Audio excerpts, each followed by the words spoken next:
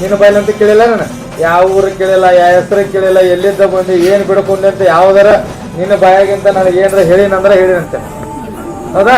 ಈಗ ನೀ ಏನು ಬಿಡ್ಕೊಂತಿ ಬೇಡ್ಕೊ, ನೀ ಬೇಡ್ಕೊಂಡಿರೋಂಥ ಭಕ್ತಿ ಅಥವಾ ಈ ದೇವ್ರ ಕಡೆ ಶಕ್ತಿ ಇದ್ದಿದ್ದ ಕರೆ ಆದ್ರೆ ನನಗೆ ಹೇಳ್ತದೆ, ನಾ ಹೇಳೋದಿಲ್ಲ, ಬರ್ದು ಕೊಡ್ತೀನಿ ನನಗೆ.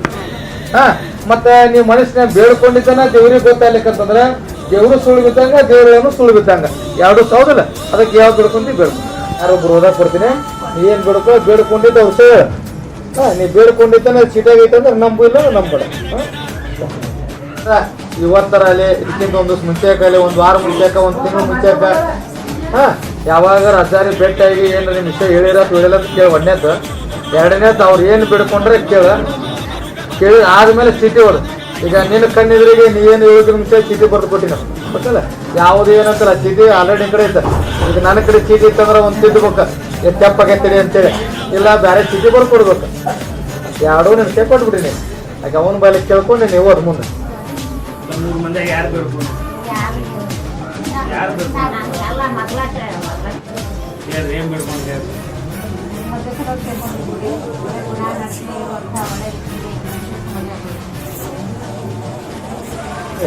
ಯಾವ ವಿಷಯ ಕೇಳಿಲ್ಲ.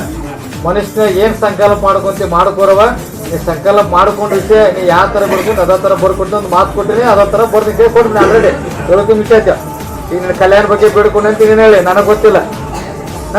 ಅದೇನು ಓದ್ತಿ ಓದಾರ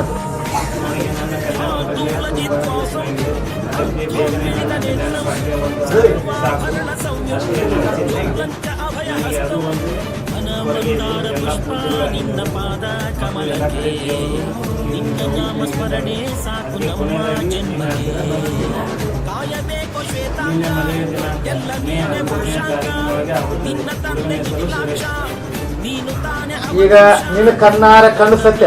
ಈ ಮೊಬೈಲ್ನಾಗ ಬಂದವ್ರು ಇಲ್ಲಿ ಯಾರು ನಾನು ಬೇಕಾದವ್ರ ಕರೆದು ನಾ ಬರ್ದು ಕೊಟ್ಟಿನೋ, ಏನು ಸ್ವಾಭಾವಿಕ ಎಲ್ಲರೂ ಕರೆದು ನಿನ್ನ ಕಣ್ಣಾರ ಸತ್ಯ ಬರ್ಕೊಟ್ಟಿನ.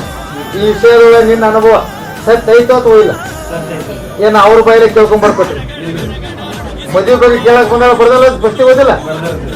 ಇದ್ರಾಗ ಏನಾರ ಬದ್ಮಾಸ್ ಇದ್ರ ಬದ್ಮಾಸ್ ಐತೆ ಅಂತೇಳಿ. ಯಾಕೆ ಕೆಲವೊಂದು ಮೊಬೈಲ್ ನೋಡಿ ಬಂದಿರ್ತಾರ, ಅವ್ರ ತಲೆಯಾಗ ಇರ್ಬೋದಲ್ಲ, ಅದ ತನ ಬೇಕಾದವ್ರನ್ನ ಕರಿತಾನ, ಮೊದಲ ಅವ್ರ ಜೊತೆ ಸಂಭಾಷಣೆ ಮಾಡಿ ಕೇಳಿಟ್ಟಿರ್ತಾನ, ಅಂಥವ್ರಿಗೆ ಬರ್ಕೊಡ್ತಾನ ಅನ್ನೋ ಒಂದು ಅಭಿಪ್ರಾಯ ಇರ್ಬೋದಲ್ಲ. ಕೆಲವೊಂದು ಇರ್ಬೋದಲ್ಲ. ಅದಕ್ಕೆ ಕಣ್ಣಾರಿಗೆ ಅವು ಇಲ್ಲ ಕುಂತಾರ, ಅವರು ಸಾಕ್ಷಿ ಇಲ್ಲೇ ಅದ. ಅವ್ರನ್ನೂ ಕೇಳು, ನೀನು ಕೇಳ್ಕೊ, ಅವ್ರು ಏನು ಬಿಡ್ಕೊಂಡು ಕೇಳಿ ಅಡ್ವಾನ್ಸ್ ಬರ್ಕೊಡ್ನ ಚೀಟಿ ಓದು. ಇದಕ್ಕಿಂತ ಮುಖ್ಯ ಇನ್ನೊಂದೇವ, ಮೇ 13ನೇ ತಾರೀಕು ಅಂತ ಬರ್ಕೊಟ್ಟಿನಿ ನಿನಗ. ಈಗ 7 ಹೇಳಿದ ಮೇಲೆ ಕೆಲಸ ಆಗ್ಬೇಕಲ್ಲ.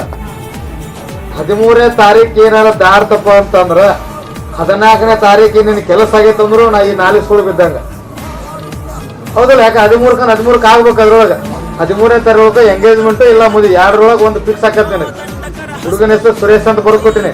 ಈ ಚೀಟಿ ಅರಿಬೇಡ, ಒಗಿಬೇಡ, ಕಳಿಬೇಡ, ಇಟ್ಕೋ. ಒಂಥರ ಬಾಂಡ್ ಪೇಪರ್ ಬರ್ದು ಕೊಟ್ಟಂಗ. 13ನೇ ತಾರೀಕಿನವರೆಗೂ ನೋಡಿ, 13ನೇ ತಾರೀಕು ಸಿಕ್ತು, ನಮ್ದು ಸಕಲತ್ಕೊಂತ ಬಾ, ನಿನ್ಗೊಳ್ಳೇದಕ್ಕೆ ಚಲೋ.